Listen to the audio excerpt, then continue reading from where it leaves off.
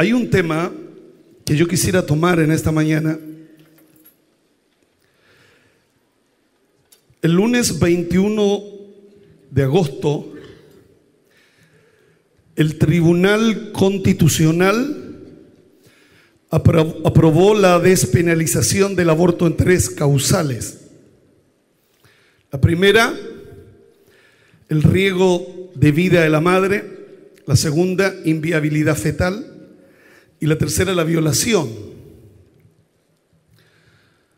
El Tribunal Constitucional enfatizaron en que no se podría haber un debate en base a las posiciones morales o religiosas, sino que había que resolver conforme a derecho.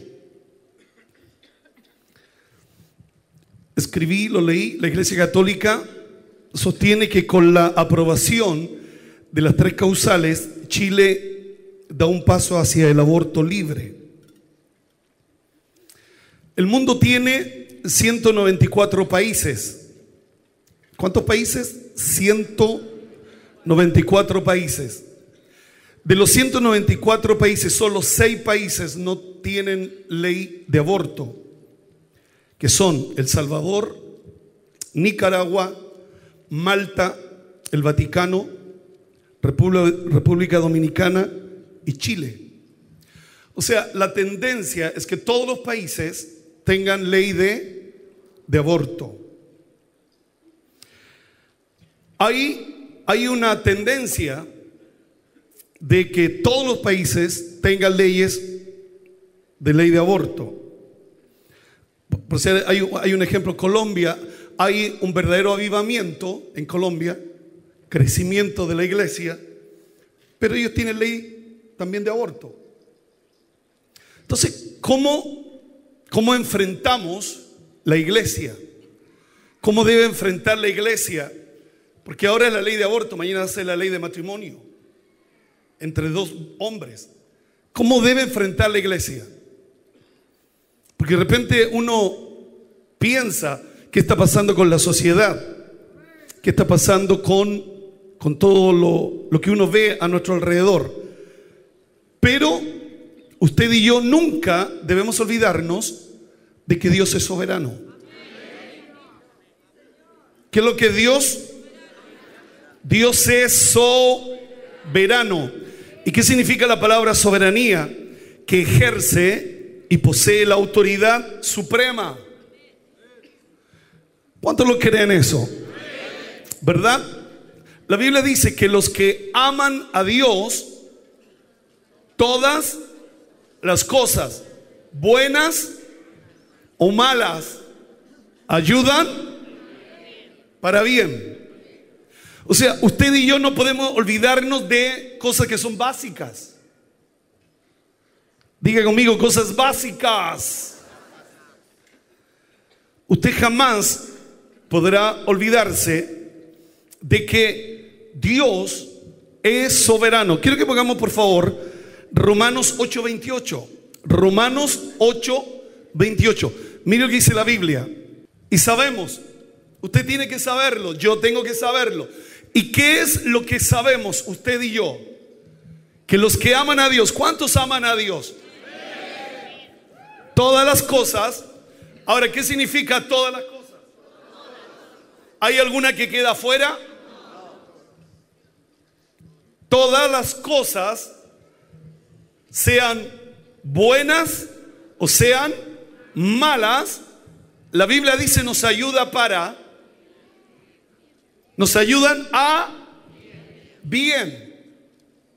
¿Por qué no dice excelente? Porque recuerde que lo bueno es un 6, excelente es un 7. La Biblia dice todas las cosas ayudan a bien, porque está ahí involucrada todas las cosas.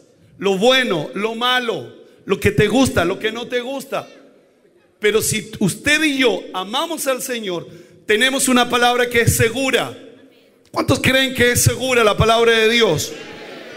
Esto es a los que conforme a su propósito son llamados. Entonces, ¿vamos a andar en esta sociedad llenos de temores? ¿Vamos a andar en medio de esta sociedad llenos de miedo? Dios es soberano.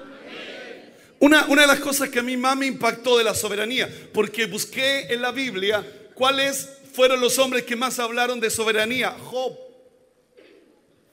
A Job le mataron todos los hijos, 10 hijos. Y cuando llegó la noticia, durante todo un día aparece la noticia: te mataron los hijos, te mataron los criados, murieron tus ganados. ¿Qué es lo que hizo Job? Se paró y adoró al Señor, ¿verdad? Usted y yo, si nos pasa algo así, nos derrumbamos, nos venimos abajo. Pero de todos los hombres que hablan de la soberanía es Job, porque Dios es soberano. Dios tiene el control, no algunas cosas. Dios tiene el control de todas las cosas. Dios tiene el control de todas las cosas. Aquí no hay ganadores ni perdedores. Dios es soberano.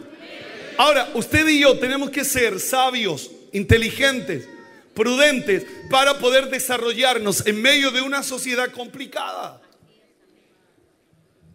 No podemos ir a cortarle la oreja a Malco.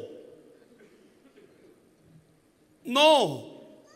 Usted y yo tenemos que seguir el modelo de Jesús.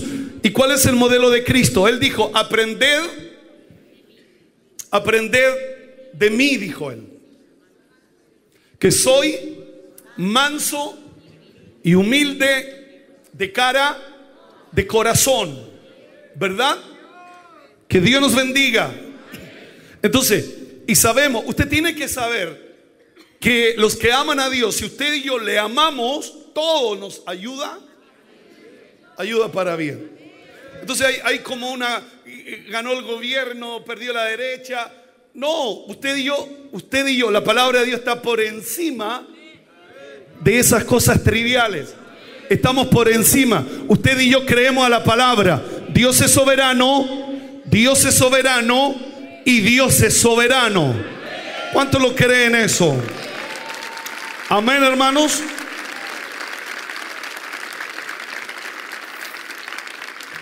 Vamos a ir al libro de los Hechos, capítulo 4, versículo 24. Hechos, capítulo 4, versículo 24. Dice así: ellos, habiéndolo oído, alzaron unánimemente la voz a Dios y dijeron: soberano Señor, tú eres el Dios que hiciste el cielo y la tierra y el mar y todo lo que en él hay. Ellos hay. Versículo 25. Que por boca de David tu siervo dijiste: ¿por qué se amotina la gente y los pueblos piensan cosas vanas? Hay cosas que usted y yo no podemos evitar. Hay cosas que usted y yo no podemos evitar. Mas la Biblia dice: si depende de mí, estamos en paz con todos. Que Dios nos ayude. Entonces los discípulos vienen de una persecución y ellos dicen: tú eres soberano, tú creaste los cielos, tú creaste la tierra. Ese es el Dios que usted y yo alabamos. Él no es un Dios de madera, Él no es un Dios de yeso. Él es un Dios creador que hizo los cielos y la tierra, el mar y la fuente de las aguas. Él es un Dios poderoso. Usted y yo no podemos minimizar el poder de Dios. Usted y yo no podemos minimizar la grandeza de Dios. Dios es grande en las buenas y en las malas. Dios es grande en las cosas débiles y en las cosas fuertes. Dios es grande. Dios es poderoso. Usted no puede minimizar la grandeza de Dios. 100 años nos dijeron no a la política. 100 años. No voten, no se metan en política, no se metan en política. Entonces tenemos una conciencia evangélica no a la política. Pero ¿quiénes firman las leyes? ¿Dónde se aplican las leyes? En la Cámara de Diputados y en la Cámara de Senadores. La lógica que usted y yo debemos despertar a nuestra conciencia y poder decir: yo tengo que votar porque mi voto es un derecho. Yo le doy la autoridad a ellos para que ellos hablen en mi nombre. Si yo no voy a votar, ¿quiénes van a votar? Los más militantes. ¿Cuáles son los partidos más militantes? La izquierda. Y no tengo nada contra la izquierda. Ellos son militantes. Entonces nosotros somos evangélicos pasivos. No nos metemos en nada. El día domingo, cuando tenemos que ir a la urna, ese día lo tomamos día fiesta, salimos. Pero usted y yo tenemos una responsabilidad. Usted y yo somos responsables de esta generación. Usted y yo somos responsables. Tenemos una responsabilidad. Tenemos que ir a votar. Y tenemos que votar por aquellos que conocemos sus ideas, ya sea izquierda o derecha.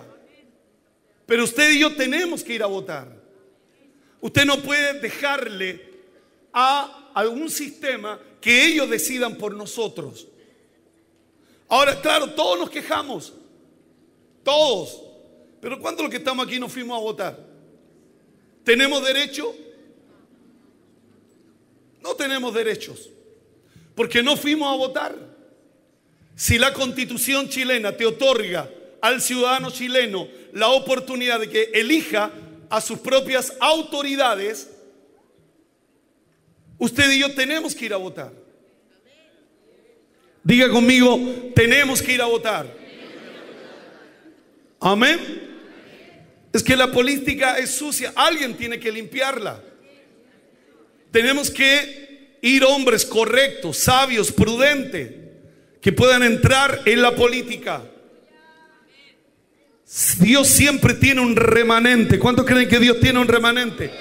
Que no le pase lo que le pasó a Elías, cuando Elías dijo: solo yo he quedado, han derribado tus altares, han matado a tus profetas. Y Dios dijo: no, tengo 7,000 que no han doblado su rodilla delante de los Baales. Quiero que busquemos 1 Timoteo 6:13. Nuestra iglesia lleva a 2 personas que van a diputados por Maipú y por el sector acá por el 9, que es la Macarena Donoso y también la Andrea Ojeda. Son gente de nuestra iglesia que vienen aquí a nuestra iglesia. ¿Cuál es la mentalidad evangélica? Ojalá que no salgan, porque así pensamos. Se reúnen unos líderes evangélicos y no es para edificarnos, sino para pelear. Pensamos que así debe ser, pero no. Tenemos que cambiar nuestra mentalidad. Te mando delante de Dios. Pablo hablando a Timoteo, que da vida a todas las cosas. ¿Quién da vida a todas las cosas? Dios. Él da vida a todas o algunas cosas. ¿Sabes lo que es todas? Que dio testimonio de la buena profesión delante de Poncio Pilato. Versículo 14. Que guardes el mandamiento sin mácula ni reprensión hasta la aparición de nuestro Señor Jesucristo. Versículo 15. La cual a su tiempo, diga conmigo, a su tiempo, mostrará el bienaventurado y solo soberano, Rey de reyes y Señor de los señores. Versículo 16. El único que tiene inmortalidad, que habita en luz inaccesible, a quien ninguno de los hombres ha visto ni puede ver, al cual sea la honra y el imperio, el sempiterno. ¿Cuántos dicen conmigo? Amén. Dios es soberano. Entonces usted y yo no podemos minimizar, empequeñecer la grandeza de Dios. Hay cosas que no las podemos evitar. Quisiéramos evitárselas a la sociedad, pero la sociedad no quiere a Dios. Pero eso no significa que usted y yo no vamos a adorar al Dios que vive y reina para siempre.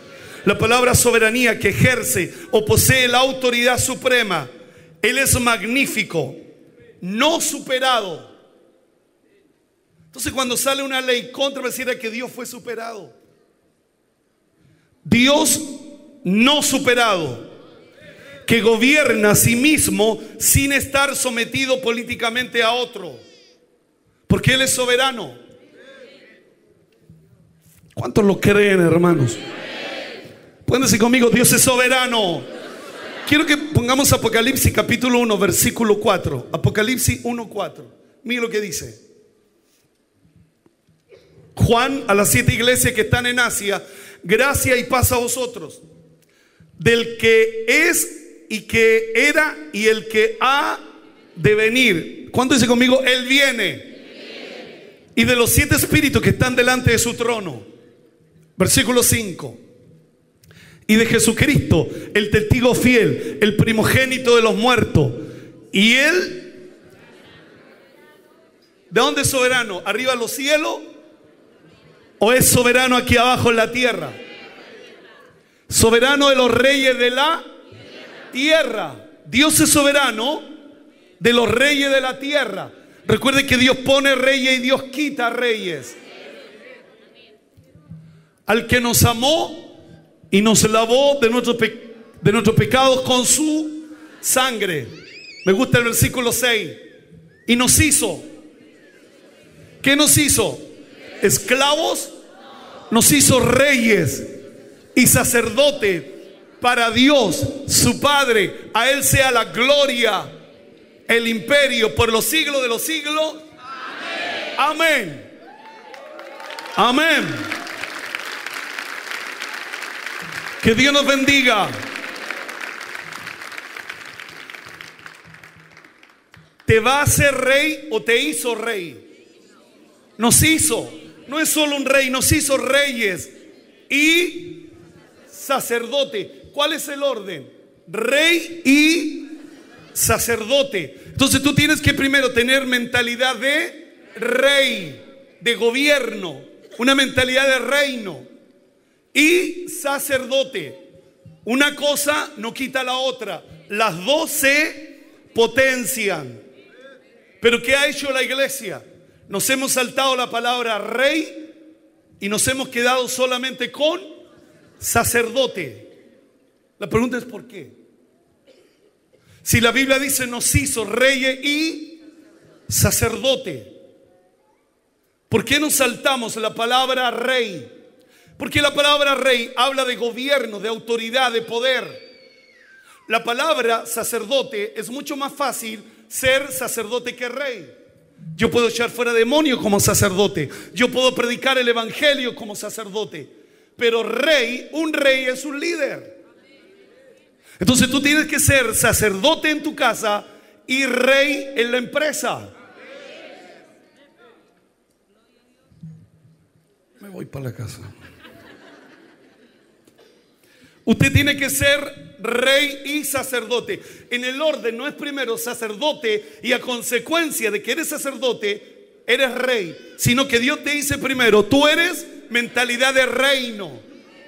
Jesús, antes de morir, antes de partir al cielo, Él estuvo con su discípulo durante 40 días hablándole acerca de demonios, no, de reino.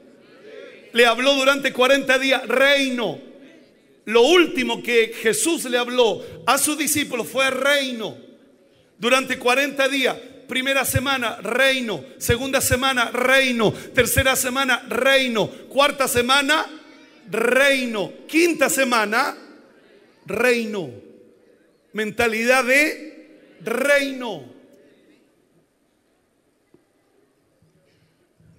Entonces nos hizo reyes y sacerdotes para Dios, su Padre. A Él sea la gloria y el imperio por los siglos de los siglos. Amén. ¿Por qué es tan importante? Vámonos al libro de Éxodo, capítulo 1, versículo 6. Mire lo que pasa cuando una sociedad toca a los niños. Murió José, diga conmigo, murió José. Y todos sus hermanos y toda aquella generación. Los hijos de Israel fructificaron y se multiplicaron. Los hijos de Israel fructificaron y se multiplicaron. No solo se multiplicaron, no solo eran número, sino que también se fructificaron. No es solo número, ¿Qué sacamos con tener solo número si no fructificamos? Los hijos de Israel fructificaron y se multiplicaron y fueron aumentados y fortalecidos en extremo, y se llenó de ellos la tierra. Entre tanto se levantó sobre Egipto un nuevo rey que no conocía a José, y dijo a su pueblo: he aquí el pueblo de los hijos de Israel es mayor y más fuerte que nosotros. Ahora pues, miren cómo piensan los faraones. Ahora pues seamos sabios para con él, para con Israel, para que no se multiplique y acontezca que viniendo guerra, él también se una a nuestros enemigos y pelee contra nosotros y se vaya de la tierra. Faraón representa al Estado. Y la mentalidad del faraón es una mentalidad de Estado que usted y yo tenemos que enfrentar. ¿Cuántos me están escuchando? Primero, ¿cuál fue el primer error? Primer error. Años después hubo un nuevo rey, otra versión. Como ese rey no sabía nada de lo que José había hecho para ayudar a Egipto. O sea, las generaciones de José no transmitieron la grandeza de Dios, de lo que Dios hizo en Egipto. Ellos no transmitieron a sus generaciones lo que José había hecho en Egipto. Primer error, diga conmigo, primer error. ¿Por qué pasa en nuestra nación algo parecido? ¿En qué sentido?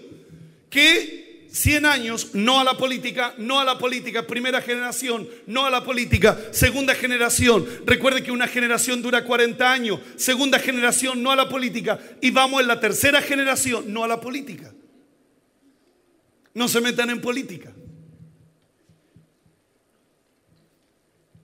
Vamos en la tercera generación.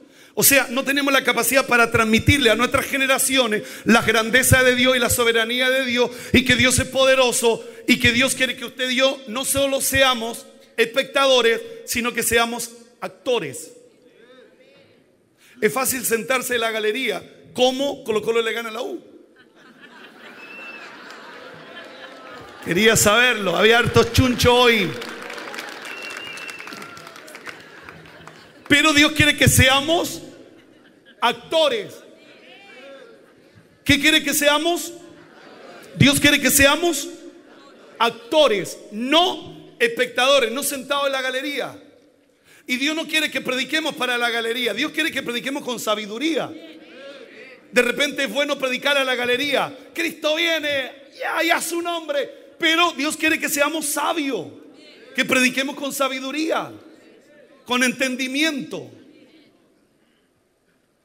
Pero hemos estado 100 años predicándole a la galería, no a la política.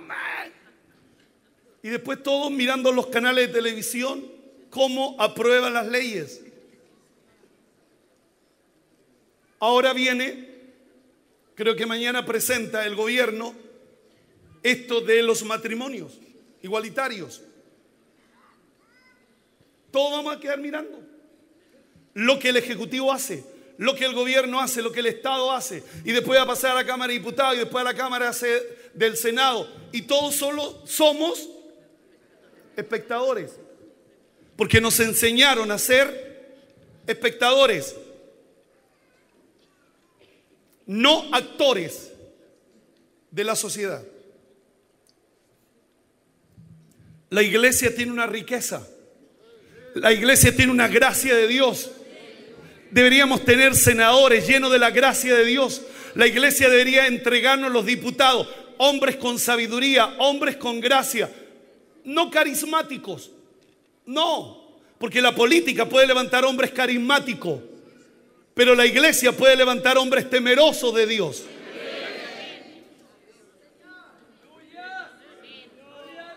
Los políticos levantan carisma, carismáticos,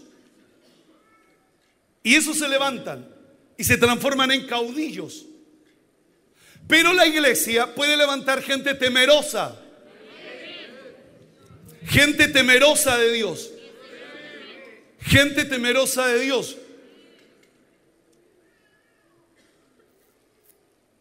¿O no, compañero?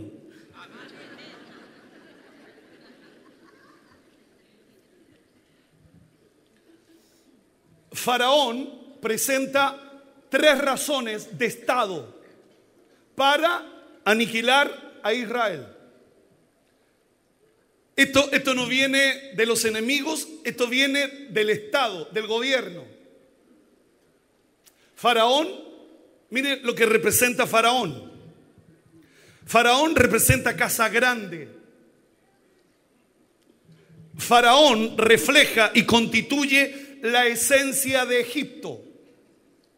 Faraón es la esencia de Egipto. Faraón significa crecimiento y desarrollo. Egipto. Por cuanto Faraón, que es la materia, quiere huir de la contención que el Espíritu Santo puede brindarle. Huye Faraón. Entonces toda su fuerza está en desarrollo y crecimiento. Huye del Espíritu. Materia, Espíritu. ¿Por qué Dios nos da el Espíritu? Nos contiene. El Espíritu Santo nos guía. Somos templo de Él. Si yo no tengo al Espíritu Santo, ¿cuál es mi mentalidad? Desarrollo y crecimiento. Pero el Espíritu de Dios, ¿qué es lo que me da el Espíritu? Me da guía. Él te guía a toda verdad y a toda justicia. Entonces, ¿qué significa Faraón? Faraón significa una casa grande, significa, refleja y constituye la esencia de Egipto. Entonces, ellos vienen de manera inteligente y hacen esto. Primera razón para aplastar a Israel. La primera razón es una razón política. La minoría va a convertirse en mayoría. Entonces Faraón decía, estos van a ser grandes. Estos van a ser poderosos. Entonces el Estado piensa y dice, la minoría va a ser mayoría. Segunda razón, militar. Se pueden pasar a los enemigos y atacarnos. Ellos en nuestro territorio se pueden pasar a los enemigos y nos pueden atacar. O sea, segunda razón de Faraón es una razón política. Tercera razón, razón económica. Diga conmigo, razón económica. Se nos acaba la mano de obra barata. Se nos acaba la mano de obra barata.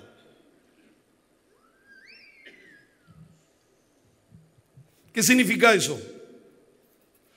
Faraón describe una opresión en términos de esclavitud,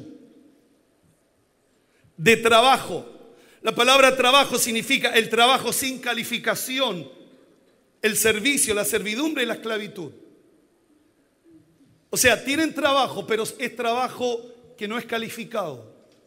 Y cuando hay trabajo que no es calificado, te pagan el mínimo. Porque es un trabajo sin calificación.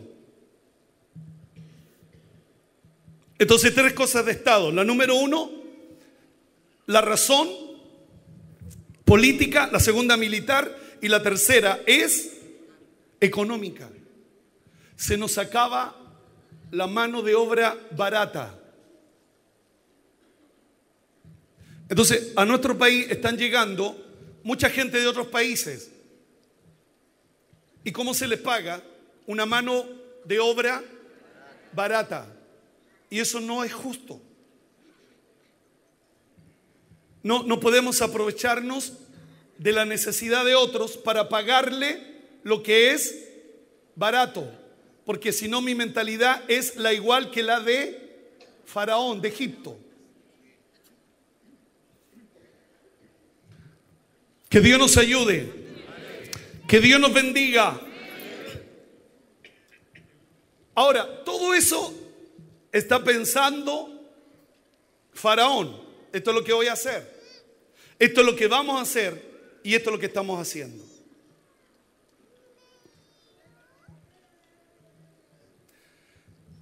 ¿Qué está haciendo el soberano? ¿Qué está haciendo Dios ante tal tragedia contra su iglesia, contra su pueblo? ¿Cuál es el movimiento de Dios? ¿Cuál es la estrategia de Dios? ¿Por qué Dios está en silencio? Viene la opresión, viene la esclavitud, viene la opresión. ¿Qué está haciendo Dios? Diga conmigo, ¿qué está haciendo Dios? Vamos al capítulo 2. Perdón, sigamos en el 1 y vámonos al versículo 20. Faraón dio una orden y dijo: y Dios hizo bien a las parteras, y el pueblo se multiplicó y se fortaleció en gran manera. Y por haber las parteras temido a Dios, él prosperó su familia. La que están estudiando para dar a la luz las guaguitas, ¿cuándo se llaman? Las enfermerías, las doctoras, todas esas cosas. Aquí hay una promesa para ellas. Dice: Dios hizo bien a las parteras, y el pueblo se multiplicó y se fortaleció en gran manera. Y por haber las parteras, que serían hoy día las matronas, temido a Dios por cuestión de conciencia, porque al final quiere el Estado que no tengamos conciencia. Nos quieren que no tengamos conciencia. Quiere que el Estado quiere que no sea de Colo Colo, que no tengamos conciencia, que seamos robots. No, usted y yo tenemos que tener conciencia. Pero mira la promesa, no me quiero salir de la palabra. Y Dios hizo bien a las parteras, y el pueblo se multiplicó y se fortaleció en gran manera. Y por haber las matronas temido a Dios, él prosperó sus familias.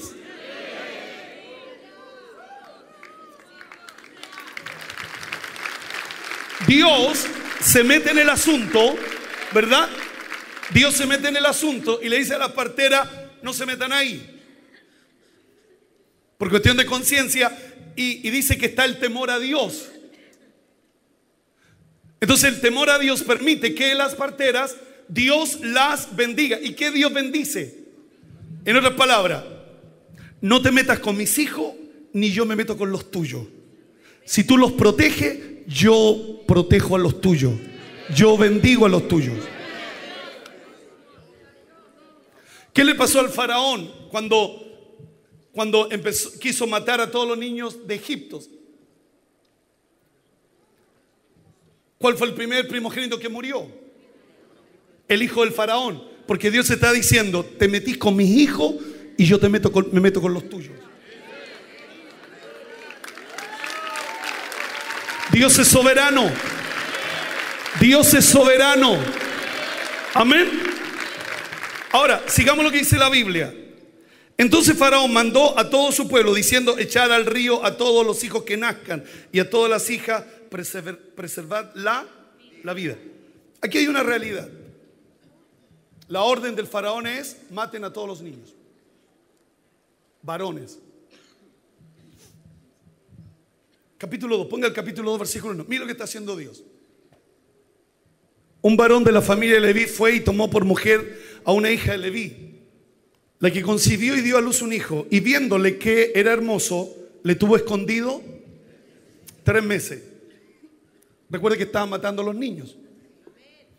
Pero no pudiendo ocultarlo más tiempo, tomó una arquilla de junco y la calafateó con asfalto y brea, y colocó en ella al niño y lo puso en un carrizal a la orilla del río.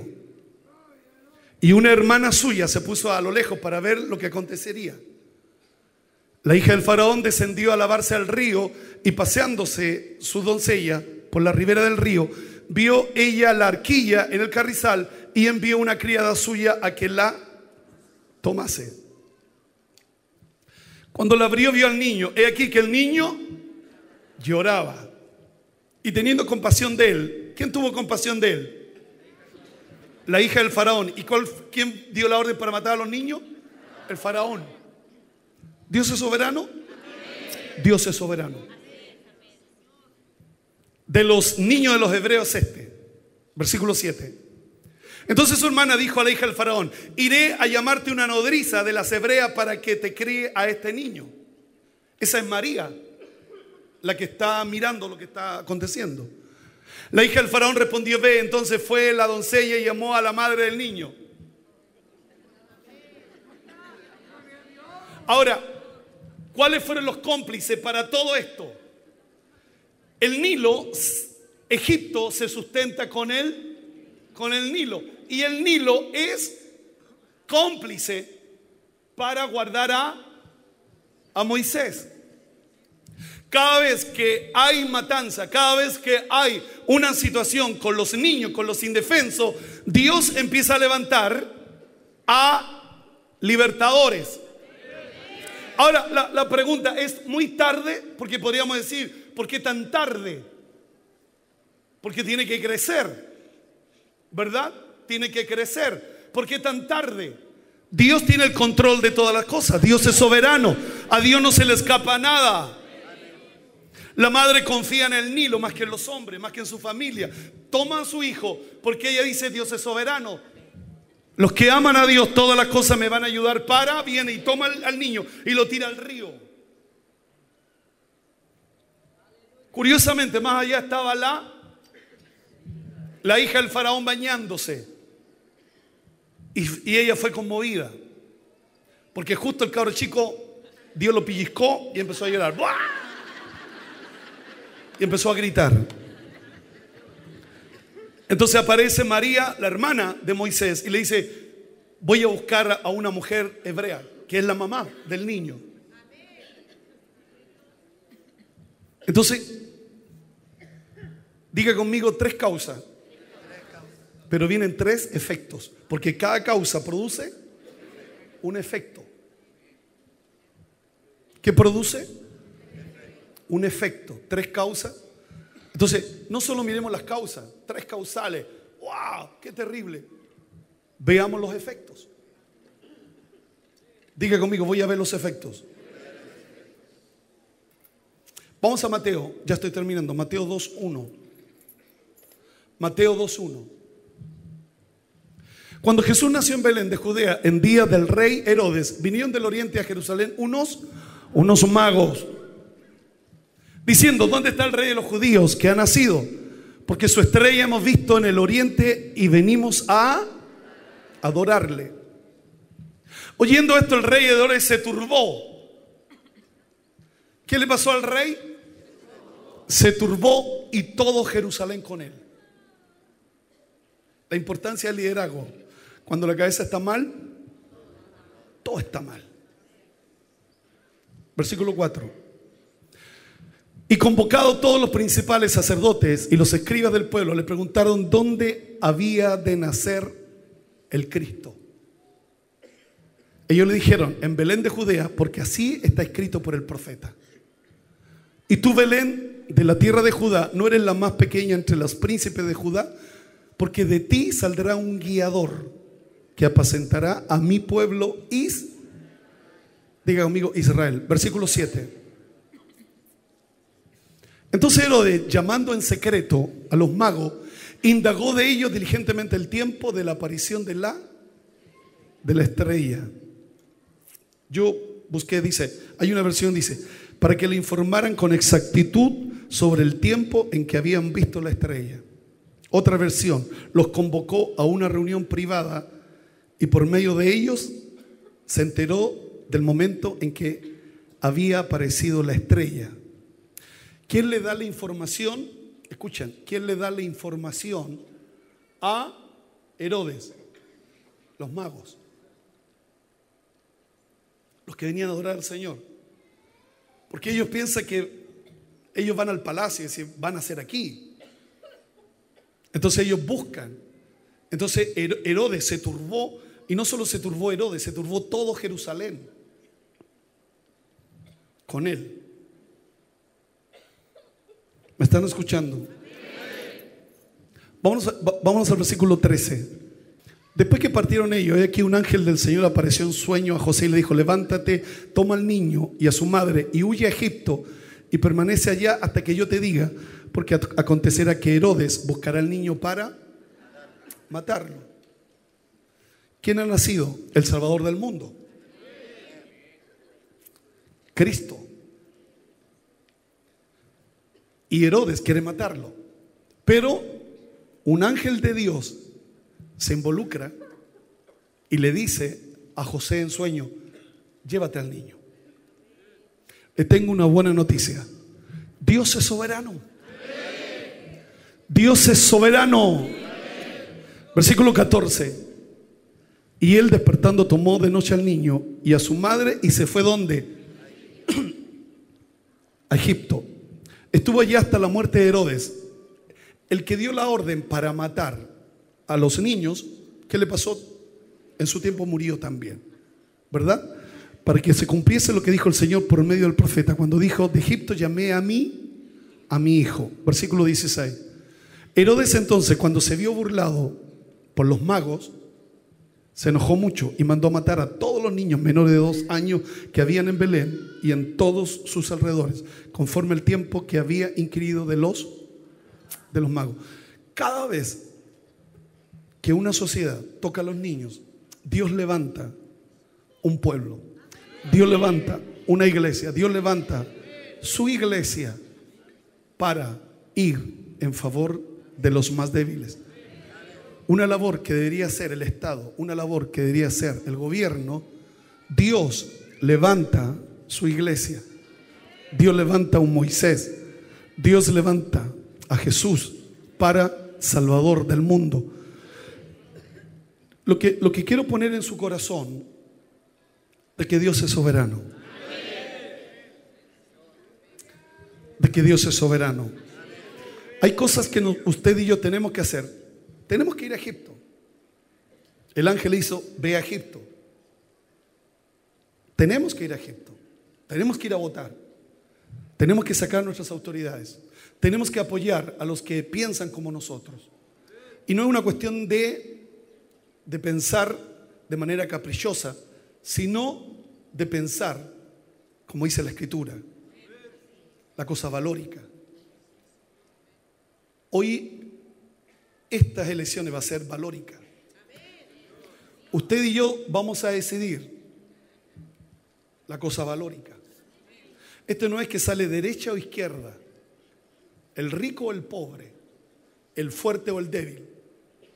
Las elecciones que vienen van a ser valóricas. Usted y yo tenemos que ir. Usted y yo tenemos que ganarnos a la fila y tenemos que marcar el voto.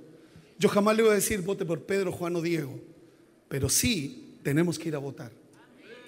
Tenemos libre conciencia, pero usted y yo tenemos que aparejarnos con gente que piensa como nosotros, que piensa en la palabra del Señor, en gente temerosa, no en carismáticos, sino en gente que tiene temor de Dios, que tiene el temor del Señor.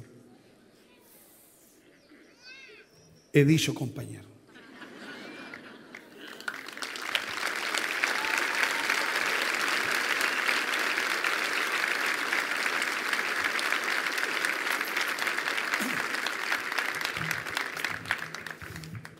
Dios es soberano.